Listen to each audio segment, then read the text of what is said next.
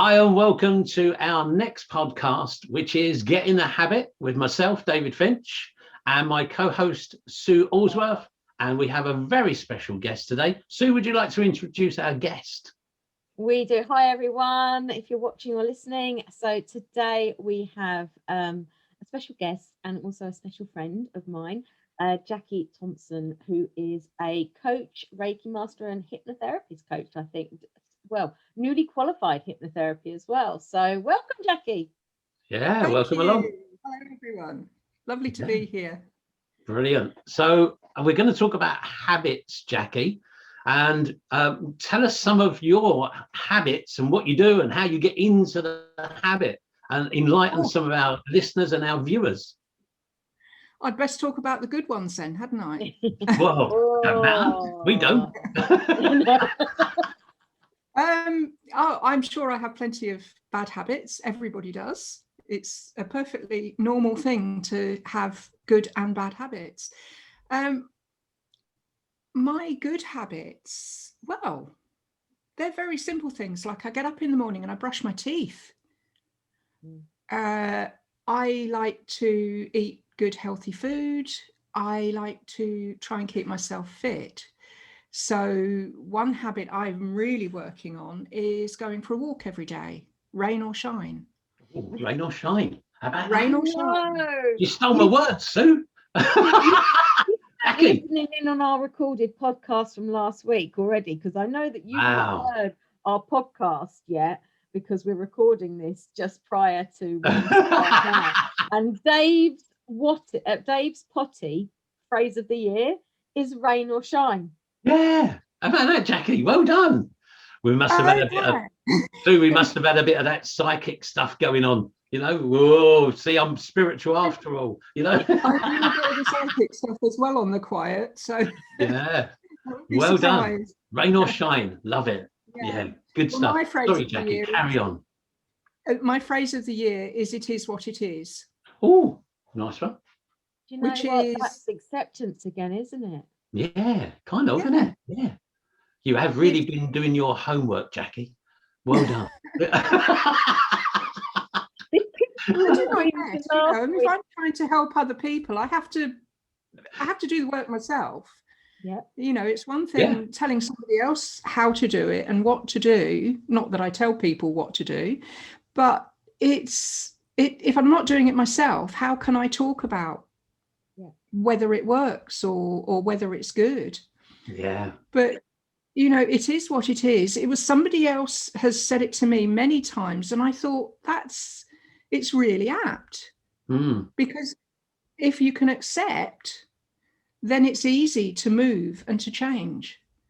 And acceptance is we were talking about this last week, and I think on last week's podcast, and I think it's really apt that it's come up again, because it's acceptance is, as I was saying, you know, Dave's not necessarily, he's more spiritual than he realizes probably, but everyone is, to be honest, because it doesn't mean about all of that. It is, for me, spiritualism is about how you live your life, and acceptance is one of the keystones of Jackie and I have. I mean, we've known each other, Jackie, for, I think we met in 2014, I believe. 14, yeah. So and I know you're sitting here talking about what habits you're doing now, but I know you were not doing those habits when I met you. So I can pull you up on that, but it's interesting. So it's all very, you know, we're talking about what habits we all do now, because we've sort of seen the light, shall we say, we put them in place and what have you. But what got you to change from 2014, and even prior to that, you weren't living the life the way that you are now, with, you know, what made you change? I suppose it's a lifestyle habit. Do you know what I mean? Yeah, I guess for me, it started, it started properly in about 2010, 11, when I had a big life change. I moved away from everyone and everything because my life was not going well. And I I didn't know myself. I didn't know who I was. I didn't know what I could do. And I was, I suppose, stifled. And by taking myself out of the situation I was in and moving to somewhere that I didn't know anybody, so I had a real fresh start. I was even miles away from my family. So, you know, I was on my own, and it gave me a chance to get to know who I am and what I wanted. And I was overweight. I was badly overweight, really. And I knew that I was not healthy because of that. So that's where I started, because I didn't like myself. Mm-hmm.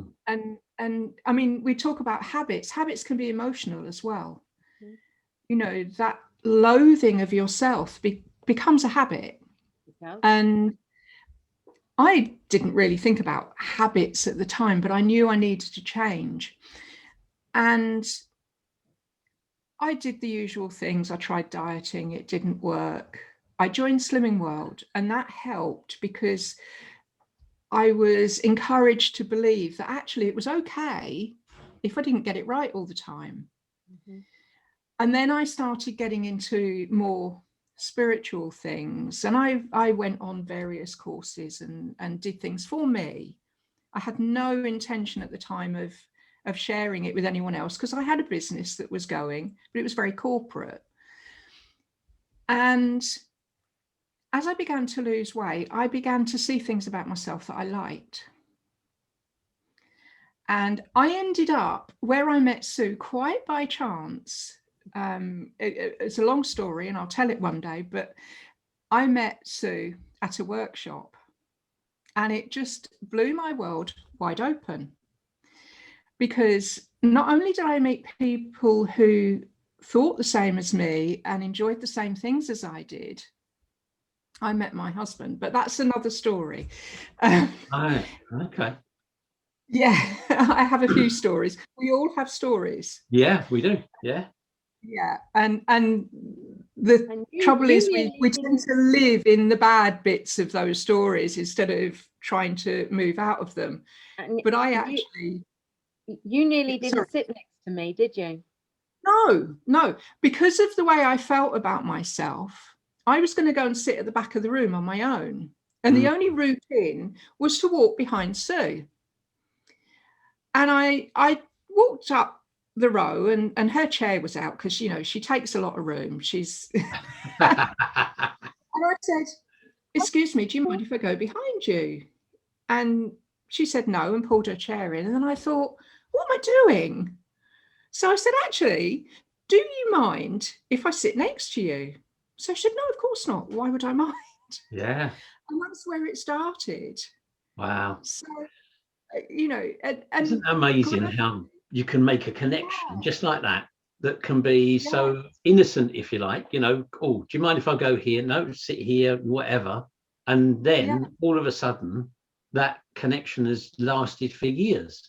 That's weird. That's it. And we found we had a lot in common, and we got the same card deck, had we, in our hands? We did. We had the same card, Trust, I believe it was. And also from that, I mean, I had that year just studied and done the Heal Your Life workshop facilitator training, which I then had said to you and Mark now as well, you know, whether you use it as a professional thing or not, it's a really good week of therapy to go on for your own. And I think that for me was because you had to immerse yourself. Instead of just reading the words in Louise Hay books, you actually had to do the practices. And that for me was one of my biggest turning points of, oh, okay, it does all work if you do it. Whereas prior to that, I had been a reader and a preacher. Not, as Jackie was saying, that's one of my reasons my word of the year is embodiment, because if I can embody all of these things to the best of my ability, it means that I'm walking my talk and being as authentic as I am as a human being, as a coach, as everything.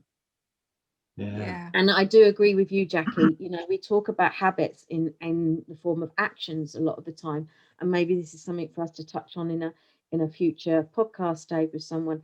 And that is our thoughts and our beliefs are habitual. Definitely. We, I think at that's the end of the day, you know, we don't change the, you know, to change a thought is just like changing a habit. You've got to want to do it. You've got to choose to do it. And you've got to put the work in to do it. But I know Jackie is living proof, and I know I'm living proof of people who have been in a very dark place and can change those habitual. Definitely. Once you start thinking it, and then it just becomes, you know, how much of our thinking and everything is autopilot. You know, this is something that I find with lots of therapists, so Jackie, is that and when I have conversation with different therapists, not necessarily hypnotherapists, other therapists of any kind, coaches and so on, anyone who's in that kind of helping people world, they've generally, and it is a big generalization, but generally they have had a defining moment in their life that they've gone, oh, do you know what? I don't want to be like this anymore. I want to be like X, whatever X is. I want to be like that. And I don't want to be this. And so they've had a moment that's kind of stopped them to go, right, that's it. That's enough. And then they morph into that other person through some therapy, some help, some, some guidance, whatever helped them on that journey. And then they get on a path of helping other people. And I see it so often in other therapists, you know.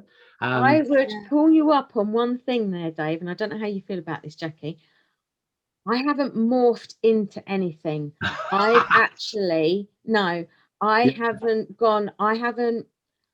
have just become who I actually am and have let go what everything else was meant to be. So I've actually, does that look make behind you just there? Look behind you just there. Our listeners who are not listening, get onto YouTube and look at this. There's a butterfly just behind you on your wall.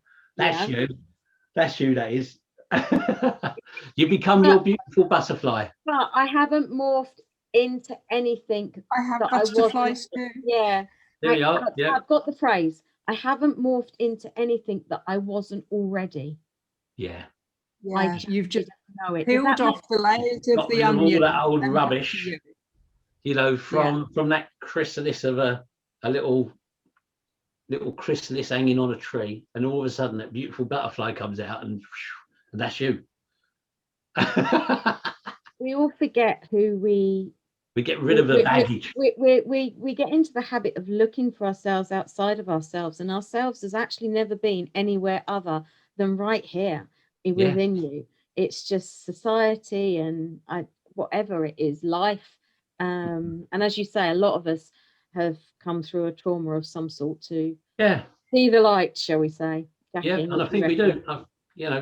Something else, Jackie, that you said, and it really struck a nerve with me of like, that's it. I really agree with that. And the word that, because I know Sue loves words, all right? So the word that really gets me with that is congruity. Now, I didn't come across that word till in this context until I was really starting to learn hypnotherapy myself.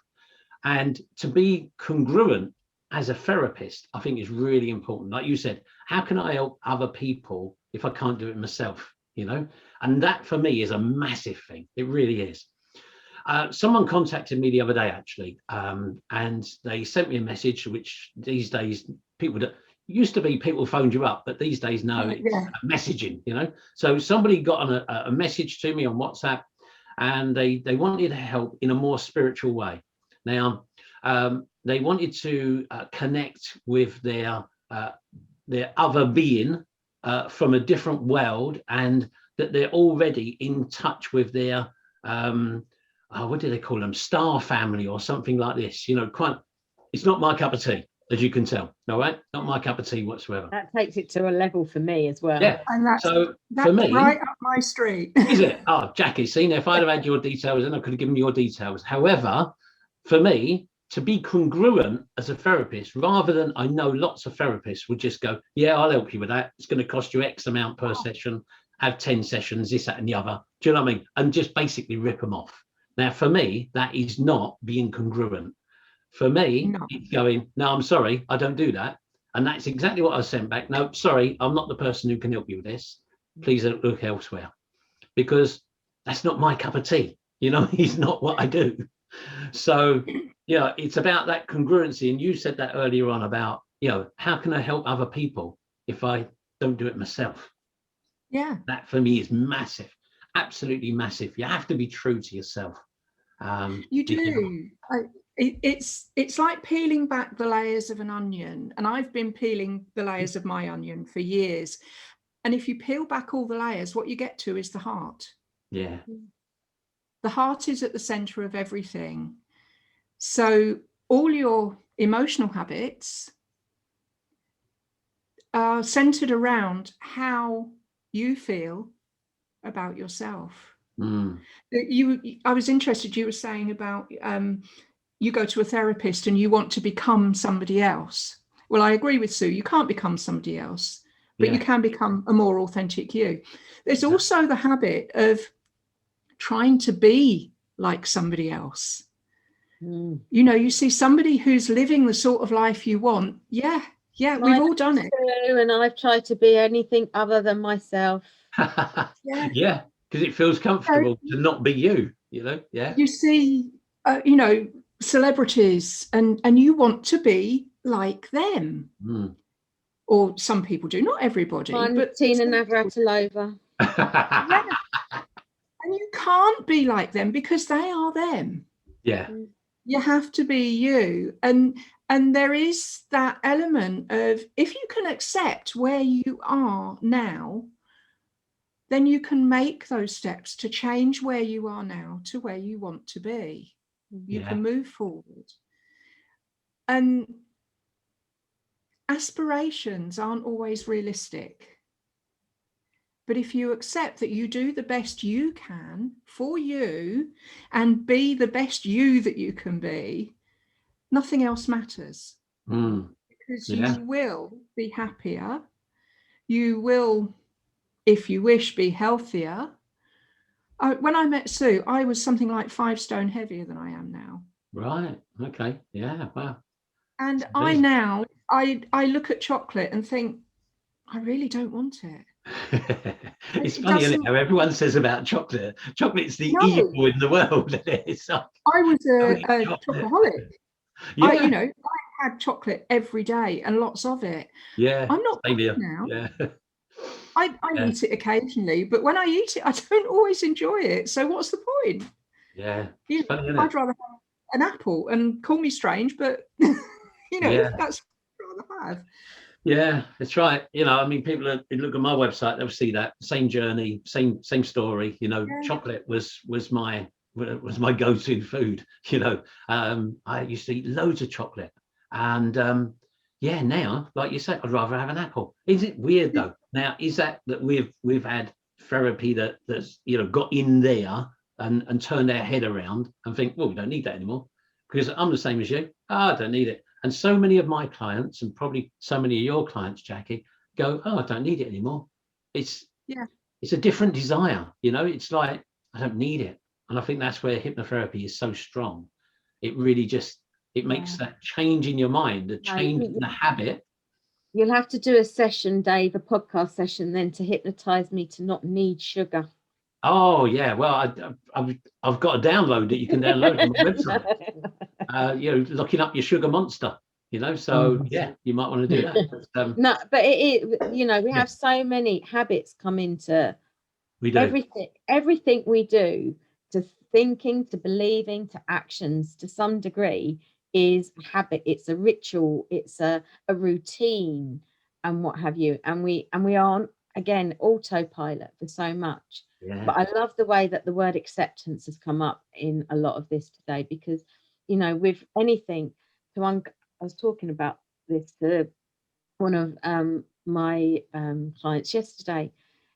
To uncover what it is that you need to change, you've got to actually be aware and accept what it is that you need to change to start with. Yeah. So you can't just put those. And want to. Yeah, exactly. None of this, unless you have that that moment. And I can remember having that moment that just went, okay, I do get it now.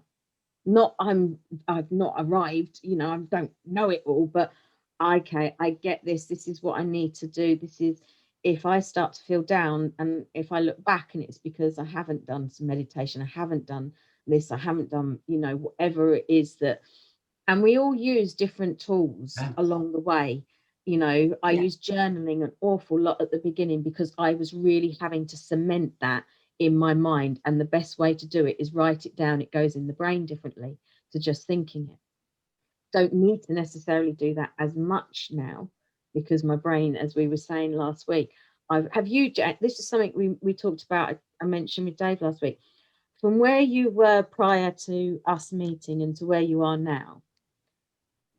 Have you managed to be able to create the habit of a new innate state within you so that it's actually not so much of an effort to have to get you into that place anymore? Does that make sense? Yeah, it does. And the beauty of a habit like that is that it creeps up on you and you don't realize that you're doing it. A bit like when you form a bad habit, they creep up on you. But it works with the good ones as well. And yes, if I look at where I am now to where I was then, if I have something that's troubling me, or I need to find a way through something or around something, I don't get in a panic like I used to. I don't feel like a victim because I know I'm in control and I have choice. And I can go inside, I suppose. I take myself out of whatever situation and I'll go and shut myself away for 10 minutes. And I'll just close my eyes and I'll think about it in a different way. You've got a new autopilot. Yeah. Knowing that I always have that choice. And that's a very key thing, because people who are feeling like a victim of circumstance, of food, of drink, of smoking, of whatever, forget that they have choice.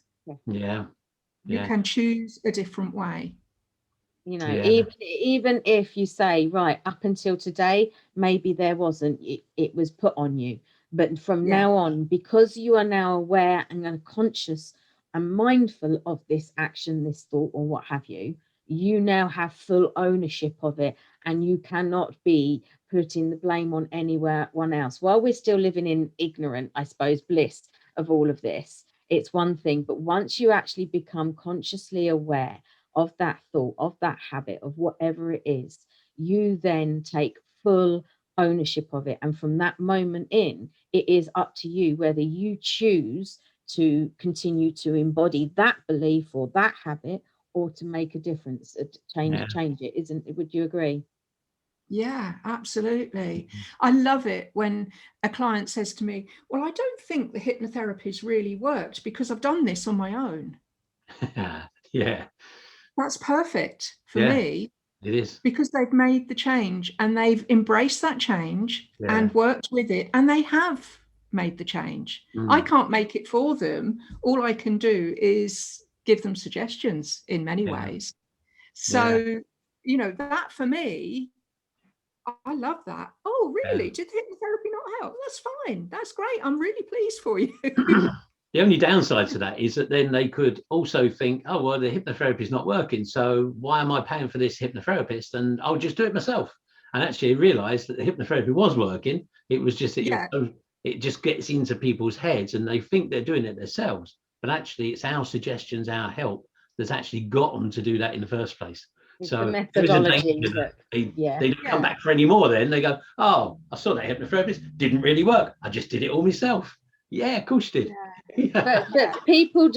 Some people need support from an actual therapist. Some people, there's a wealth of stuff on YouTube. There's a wealth of stuff in the Get in the Habit studio with all the different therapists and that. But some people need guidance. Some people, I've been quite a loner. on my journey. I've done a few group things, hence I've met Jackie, but it's one of the few things where I've really gone out in the world. I mean, and it was such a private, intimate gathering. We had, Jackie, of you, me, and 600 other people.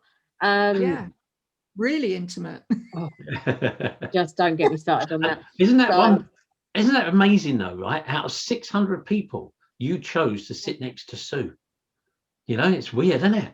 And see, I think there's a big thing there, and this is, I think, you know, like Sue, I've heard you talk about this law of attraction before, and you know, and you said, you always rib me, and I always say it as well. I'm not a spiritual person, but I do honestly believe that you make a connection with someone that you see. You know, you can see someone across the room, and you think there's a connection there between me and them. I don't know what, but there's something, and you want to talk to that person. So if you go and talk to them, generally you'll find that actually you really get on. And that's worked so many times in the past, certainly for me. But for me, I don't call it a spiritual connection. For me, it's something else. I don't know, you know, you'll give it your own name. But for me, it's just, there's a connection there somewhere. I'm sorry, I'm laughing at that because that's exactly what happened with these 600 people. I not only met Sue, I met Mark, my husband, in a book signing queue. There you go. Yeah. Yeah. You know? That's it. You know? This queue was an hour long, and we were like that the whole time. Yeah. And they kept letting people go in front of them just so that they could right. So they can carry on chatting. But see, I tell you, it was lovely to see the love blossom, I tell you. Yeah. But see, the very start of, you know, I mean, I'm big into NLP stuff as well. So the very start of NLP and the very start of hypnosis really is rapport building.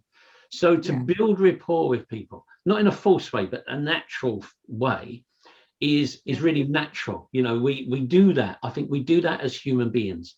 And also we realize who is not the person that we're going to be in rapport with. I mean, how many times do you meet someone and instantly you go, oh, I don't really like you, you know? But also you meet someone else and you go, oh, I really like you. And you really make a connection.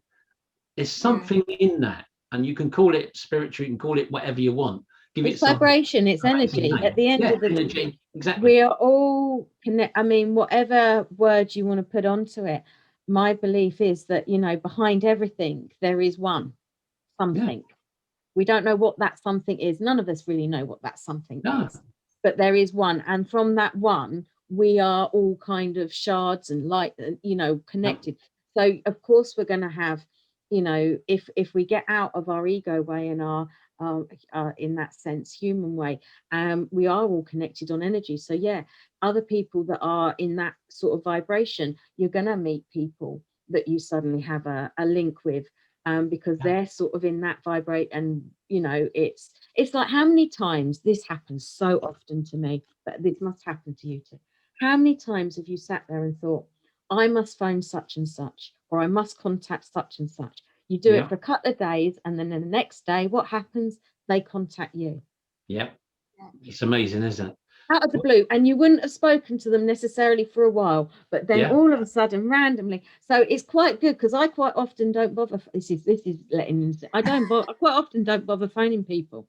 I'll just have a little thought about it, have a little word with the universe, and I'll be like, right, when they're ready, let them know I'm ready to have a chat, and then they contact me. It's great. So you did that this morning with me. This morning, I was going to I would just picked up my phone to send you a message to say, what time are we doing the podcast?